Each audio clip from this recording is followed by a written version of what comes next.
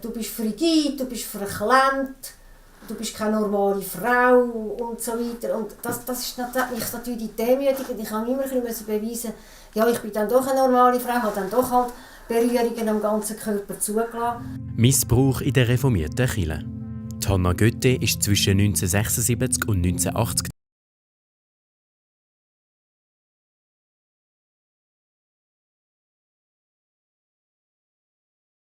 geredet. Er hat das schamlos ausgenutzt.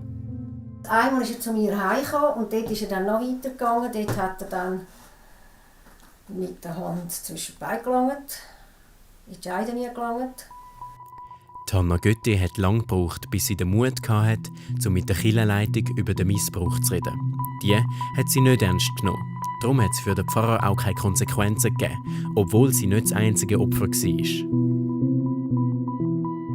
Die reformierte Kirche beschäftigt sich seit Jahren mit Missbrauchsfällen in der evangelisch reformierten Kirche. Dazu ist letzten Herbst eine Arbeitsgruppe gebildet worden.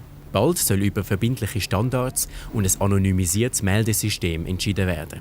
Die Missbrauchsopfer kritisieren aber, dass noch keine konkreten Ergebnisse vorliegen. Ich nehme das sehr ernst. Betroffene haben sehr lange geschwiegen, sind sehr lange auch mundtot gemacht worden. Und dass sie jetzt ungeduldig sind, das verstehe ich sehr gut. Wir nehmen die Kritik auch als Ansporn, jetzt wirklich vorwärts zu machen. Im November wird entschieden, ob eine umfassende Studie in Auftrag gegeben wird. Die heute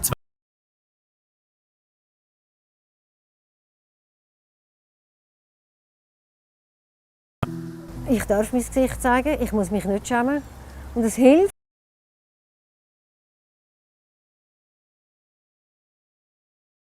Daran zu arbeiten und dass auch die Kirche etwas macht jetzt. Die genaue Zahl von